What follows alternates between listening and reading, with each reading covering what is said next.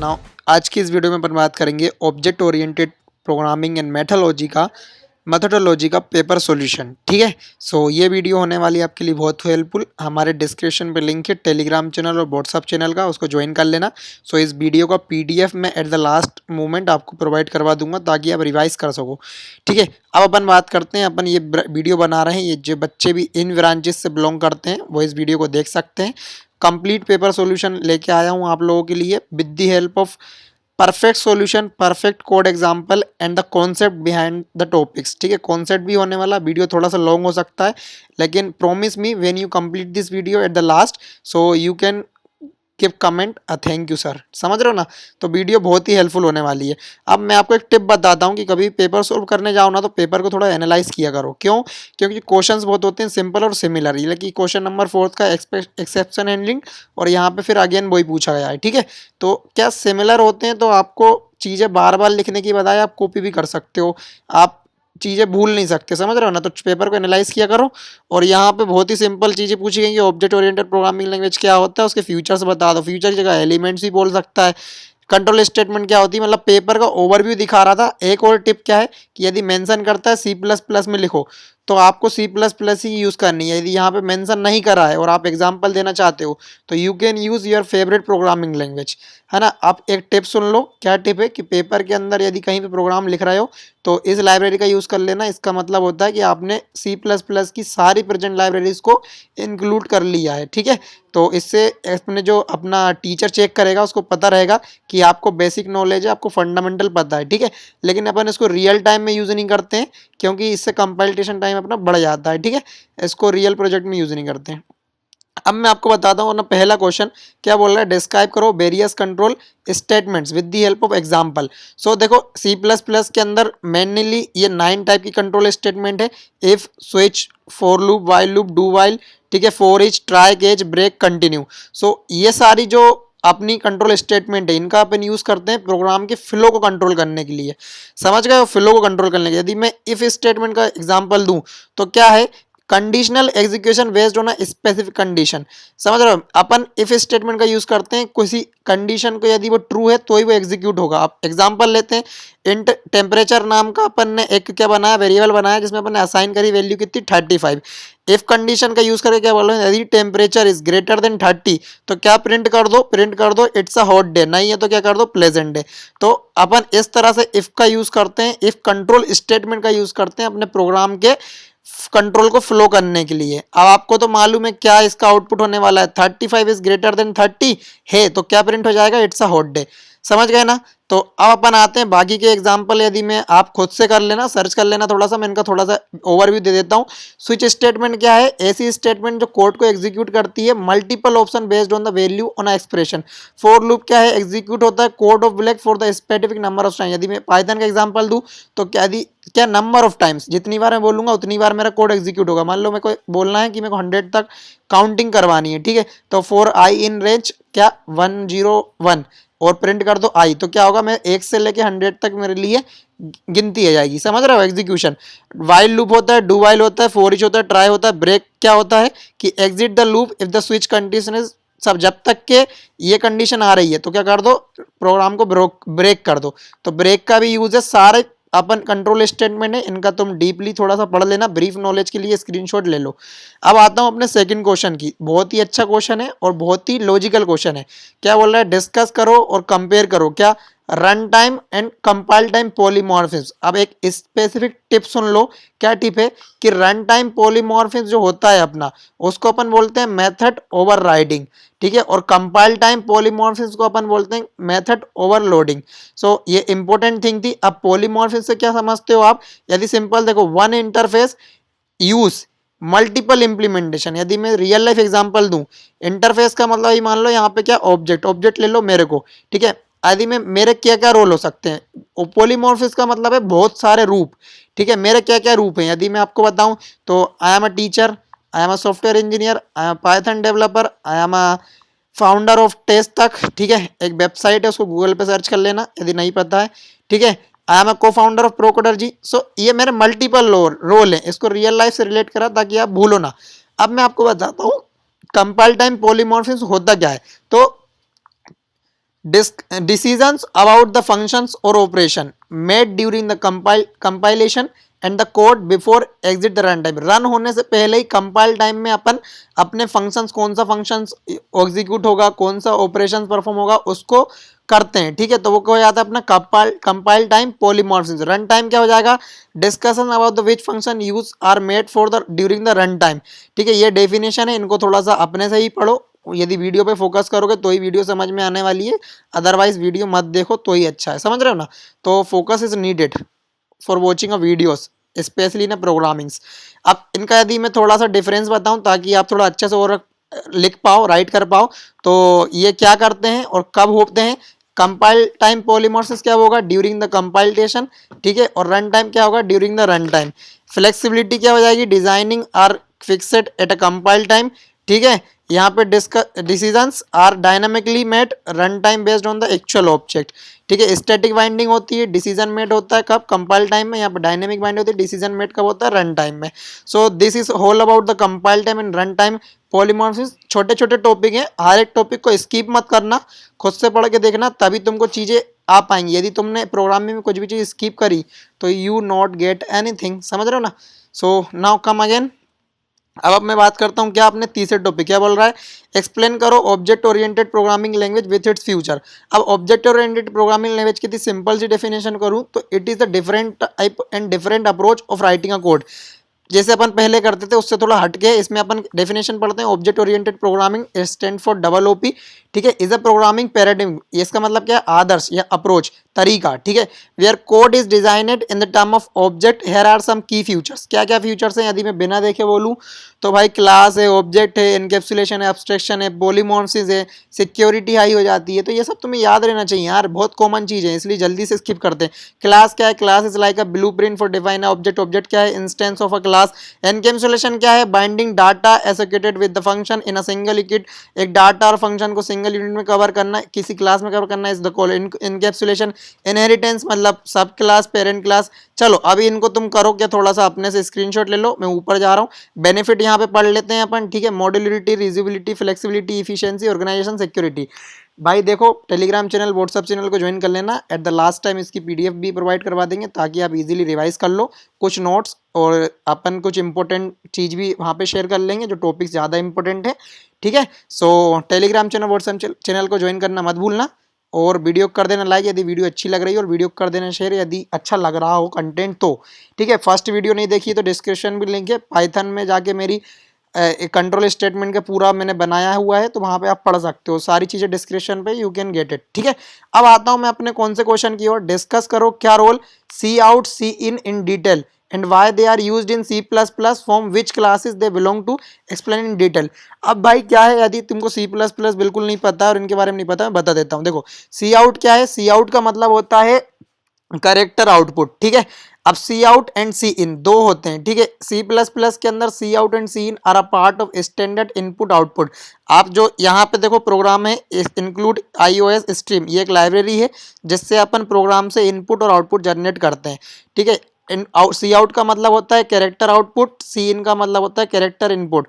ठीक है, सी आउट का मतलब क्या है, instance of the iOS stream class. ठीक है, विच stand for output stream, it is use for displaying the output. क्यों यूज करते हैं अपन, अपने कंसोल पे किस चीज़ को डिस्प्ले करने के लिए। सिंपल था, सी प्लस प्लस के अपने इधर पे पढ़ लो, the play of a circular circular लो, यहाँ पे ये इसका मतलब हो गया महत्वपूर्ण। ठीक है, in handling input output operation in C plus plus programme.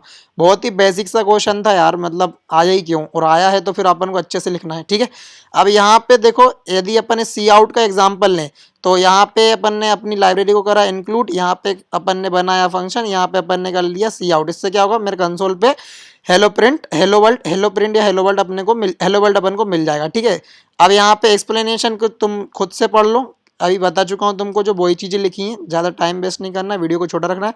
C in stand for character out, character input. ठीक है, ये आईओएस स्ट्रीम का एक और ऑब्जेक्ट है।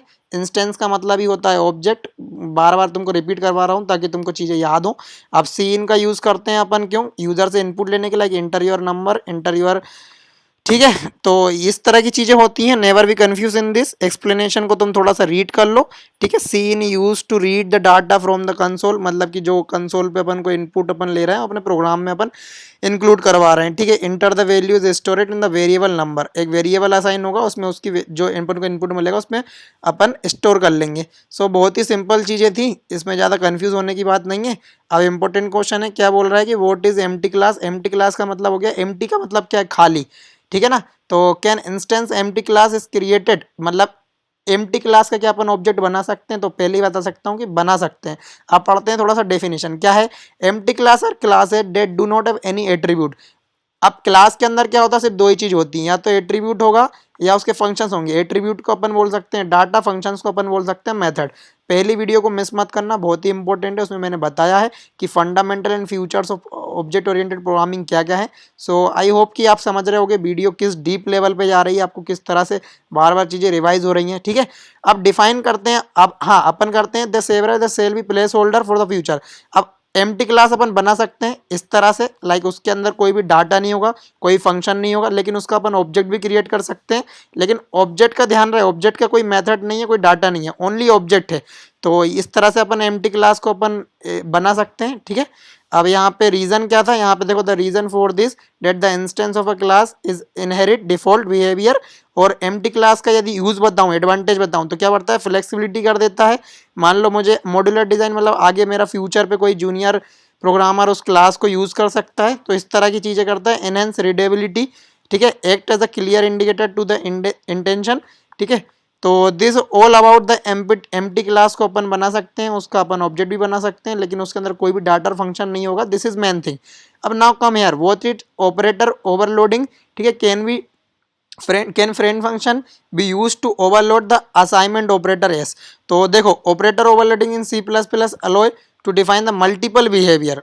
Noted bro, this is the important point. ठीक है, multiple behaviour operator depending on the types of operands. अब ऑपरेटर और ऑपरेंट्स नहीं पता तो मेरी पाइथन की प्लेलिस्ट को जाके देख लो, बहुत ही सिंपल चीज़ है। ऑपरेटर्स मतलब अपने arithmetic operator, logical operator. Operands मतलब जिन पे अपनी जो अपनी वैल्यूज़ हैं। ठीक है, जिस पे अपना ए प्लस बी यदि मैं बोलूँ तो प्लस हो गया अपना ऑपरेटर और ए और बी हो गए अपने ऑपरेंट्स। ठीक है, yes assigned operator is equal to can be overloaded using a friend function. So this is the answer of this question. I hope you just like the video. Hit the bell icon and subscribe my channel if you like the content. Now come here, क्या बोल रहा है, write the short note any two topic. Two topic यदि मैं to topic की बात करूँ तो इंपॉर्टेंट है अपना फर्स्ट वाला और सेकंड वाला। फर्स्ट वाले की यदि बात करें टेक्निकल टर्म में, क्या होता है, exception handling is a mechanism, क्या है, in programming language that allow you to detection and management run time error. मतलब अपने प्रोग्राम में रन टाइम एरर में यदि कोई एरर आता है तो उसको पहले से डिटेक्ट करने के लिए। ठीक है, control the structure manner when a program is enacted exception an error is condition. ठीक है, dispute the normal for a flow of execution. So this is all about the expression handling. Expression handling थोड़ा typical है, try to understand. ठीक है, अब आता है polymorphism. अभी एग्जांपल दिया, ज़्यादा बातें नहीं करूंगा, सिंपल सी बता देता हूँ। पॉलीमॉर्फिज्म होते हैं दो टाइप के, पहले सुन लो जो अभी स्टार्टिंग में बताया था, क्या, कंपाइल टाइम पॉलीमॉर्फिज्म और रन टाइम पॉलीमॉर्फिज्म। वही बात बोली थी मैंने, कंपाइल टाइम को बोलते हैं मेथड ओवरलोडिंग और रन टाइम पॉलीमॉर्फिज्म को बोलते हैं मेथड ओवरराइडिंग। ठीक है, दो टाइप के होते हैं मेनली। पॉलीमॉर्फिज्म डेफिनेशन की बात करें तो पॉलीमॉर्फिज्म एक कॉन्सेप्ट है, ऑब्जेक्ट ओरिएंटेड प्रोग्रामिंग है, जहां पे single interface such as method function name can be represented multiple form. अभी यदि स्टार्टिंग में नहीं याद है मैंने कितना अच्छा एग्जाम्पल दिया था, मेरे कितने रोल हैं, मैं खुद एक पॉलीमॉर्फिज्म हूँ, बहुत सारे रूप है मेरे।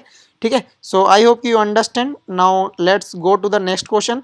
क्या बोल रहा है, एक्सप्लेन करो पॉइंटर और पॉइंटर फंक्शन को।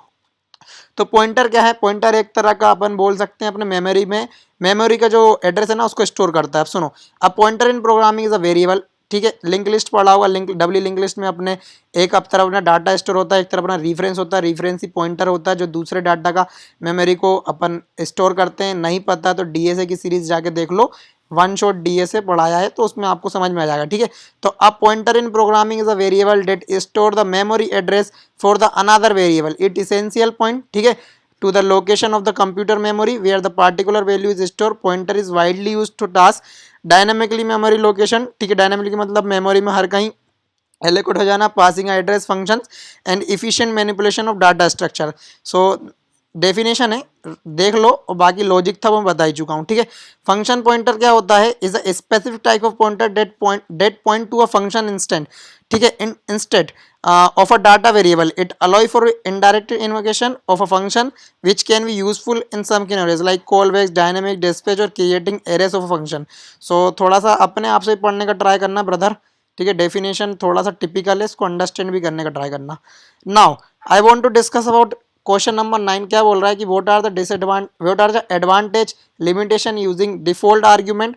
आर्ग्यूमेंट क्या होते हैं नहीं पता है तो पाइथन की प्लेलिस्ट देखो भाई, कुछ ना कुछ तो आने चाहिए, तभी तो पेपर में लिखोगे, ठीक है। In a function write a program which define the function 3 default arguments call by the function in the 4 different function.